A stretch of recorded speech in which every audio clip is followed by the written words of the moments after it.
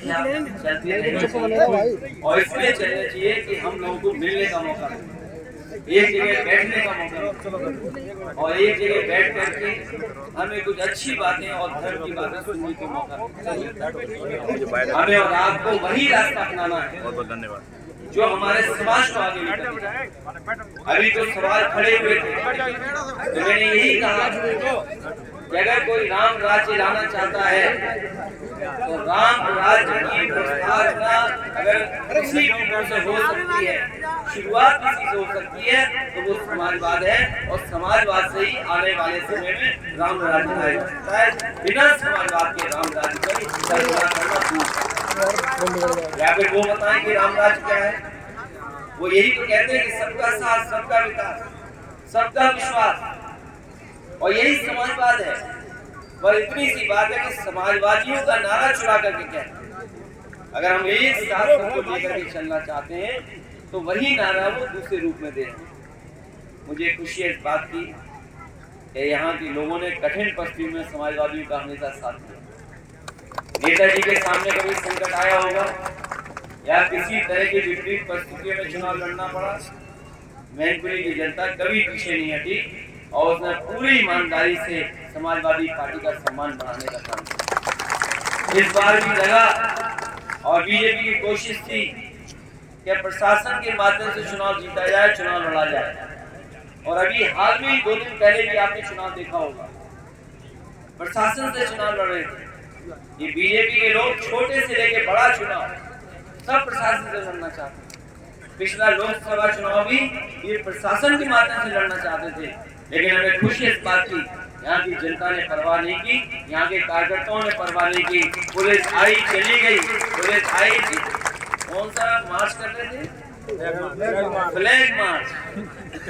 अच्छा बताओ central force को कैसे पता ये गांव किसका है? ये बीजेपी के लोग चुगली करते थे पुलिस कप्तान से, फिर पुलिस कप्तान टीम बनाते थे और आगे आगे सिविल पुलिस, पीछे पीछे सेंट्रल पुलिस।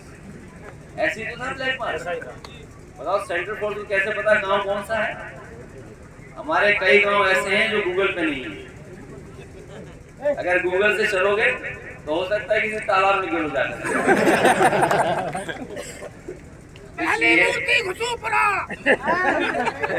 गलत नहीं है, आज बिल्कुल शांत रहो।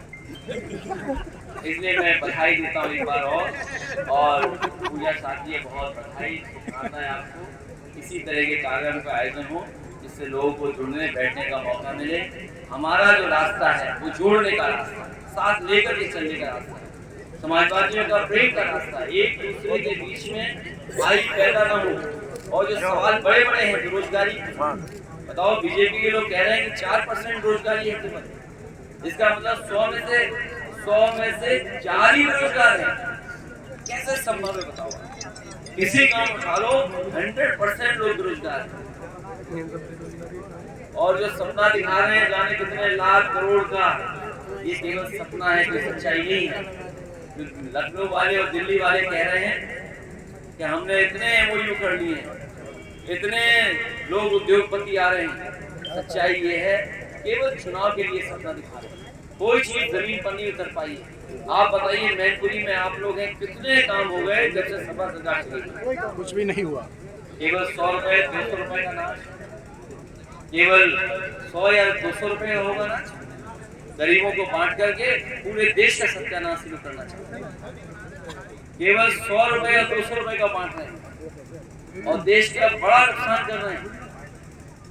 आज इस बात की चर्चा नहीं कर रहे कि लाखों करोड़ रुपए लेकर के भाग गया कोई, जिसका सपना दिखा रहे थे कि दुनिया में नंबर 1 बनेगा वो उद्योगपति। आज बताओ किस नंबर पर पहुंच गए? बैंकें डूब रही हैं, चीजें बेची जा रही हैं और अब तो ऐसा फैसला ले रहे हैं, हालांकि कुछ लोग कुछ भी कहें, इनके हर फैसला गलत है। इनका हर फैसला उद्योगपतियों के लिए है। इनका हर फैसला ऐसा है कि गरीब के पास लाभ न पहुंचे। इसलिए मुझे उम्मीद है आने वाले समय में इसी तरीके से आप सब हम लोग मिलकर के भारतीय जनता पार्टी को हराते रहेंगे। जब कभी वो मैनपुरी याद करेंगे तो वो समझ जाएंगे कि मैनपुरी के लोगों ने क्या किया है। और हम लोगों ने कोई मॉडल नहीं बनाया, वो तो आप लोगों ने हमारी मदद कर दी, लेकिन अब वो कह रहे हैं मैनपुरी मॉडल से चुनाव लड़ेंगे। और अगर मैनपुरी मॉडल से चुनाव लड़ेंगे तो मैनपुरी मॉडल से तुम्हें हर लोकसभा में हराने का काम करेंगे। अगर वो 80 जीतना चाहते हैं तो हम समाजवादी लोग उन्हें 80 हराना चाहते हैं। बहुत बहुत धन्यवाद।